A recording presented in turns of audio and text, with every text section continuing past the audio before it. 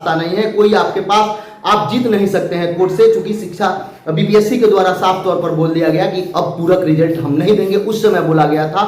उसके बाद लेकिन आप लोगों ने जो लेटर भेजा उसके बाद बीपीएससी तैयार हुई कि प्रशासनिक विभाग यदि कहता है, यानी कि शिक्षा विभाग यदि कहता है तो हम पूरक रिजल्ट को तैयार हैं। यानी आपको दबाव शिक्षा विभाग पर बनाना होगा, आपको दबाव जाकर शिक्षा विभाग के पास जाना होगा, आप कोर्ट से कुछ नहीं ले सकते हैं, क्योंकि बीपीएससी अपना दे देगी कि पूरक पर हम तो बात किए नहीं है। शिक्षा विभाग भी आपका दे देगा कि पूरक को रिजल्ट अगर मेरा नहीं है, जो लगातार हम वैकेंसी दे रहे हैं उसमें हम शामिल कर ले रहे हैं, उनके पास ये प्लस पॉइंट होगा। आप यदि सिंगल बेंच से जीत भी जाते हैं तो वो डबल बेंच भी जाएगी, क्योंकि पिछला पूरक वाला आपको याद होगा, सिंगल बेंच से वो लोग जीत गए और वाईवी गिरी सर ने जिताया था उन लोगों को केस, उसके बावजूद भी डबल बेंच में जाने के बाद वो लोग ध्वस्त हो गए। तो इसलिए पूरक वाले थोड़ा सा जो वसूली कर रहे हैं, जो लगातार आवाज उठा रहे हैं, उनसे मेरा रिक्वेस्ट है कि इस बात को अभी आप सोचें, एक सप्ताह का समय मिला, एक सप्ताह वेट करें, तब आप कहीं रास्ता रुख अपनाएं। जिस तरीका से एस्टेट वाले ने आनंद फानन में गए, 2000 के करीब में पेटिशनर बने, उनको क्या मिला आपको याद होगा। मैं हमेशा से छात्र हित में थोड़ा सा कड़वा शब्द होता है लेकिन मैं बोलता हूं, उन लोगों को भी मैंने रोका था कि आपको वहां से कुछ नहीं मिलेगा, क्योंकि कोर्ट में क्या है, सबूत चाहिए जो सरकार के पास है कि हम 24 में कराए हैं, वो सबूत पेश करेगी।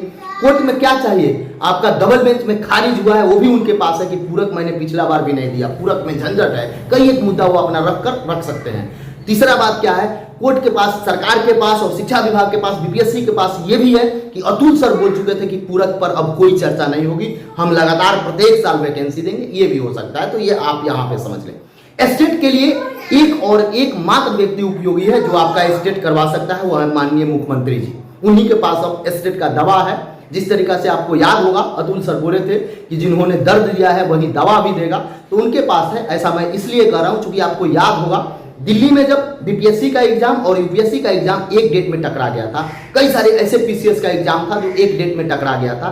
एक छात्र जाते हैं, 2-4 छात्र गए थे, लेकिन एक छात्र जाकर माननीय मुख्यमंत्री से मिलते हैं और अपनी बात को रखते हैं, और स्वतः मुख्यमंत्री ने संज्ञान लिया और एग्जाम डेट को बढ़ा दिया। यानी कई दफा ऐसा हुआ है कि जब मुख्यमंत्री ने संज्ञान लिया और बिहार के छात्र हित में उन्होंने कई एक बार फैसला लिया। तो ये हो सकता है यदि उन तक बात सही तरीका से पहुंच जाए, छात्रों को, एस्टेट वाले विद्यार्थी को सही तरीका से मिल जाए। कई लोग तो ये प्रोजेक्ट कर रहे हैं कि एस्टेट वाले को, आप देखिए एस्टेट वाले को जो एजुकेशनल चैनल है उन पर दिखाया जाता है एस्टेट को लेकर, तो कितना कम लोगों का संख्या है, यानी किस तरीके, क्योंकि देखिए अभी नेट युग है। नेट युग में क्या होता है, आपका व्यूअरशिप देखी जाती है कि आपका मुद्दा उठाया जा रहा है, कितना इससे लोग रिलेटेड है, इससे कितने लोग पीड़ित है। तो एस्टेट का कोई बात आप उठाइए तो मैक्सिमम जा रहा है, मैक्सिमम 50,000, 25,000, 30,000, 35,000 तक लोग आ रहे हैं। तो ये भी होता है क्योंकि हम लोग का चैनल शिक्षा विभाग हो या बड़े बड़े जो है वहाँ पे देखा जाता है, वहाँ पे इसको प्रूफ माना जाता है कि ये क्या चल रहा है, ये क्या मुद्दा है।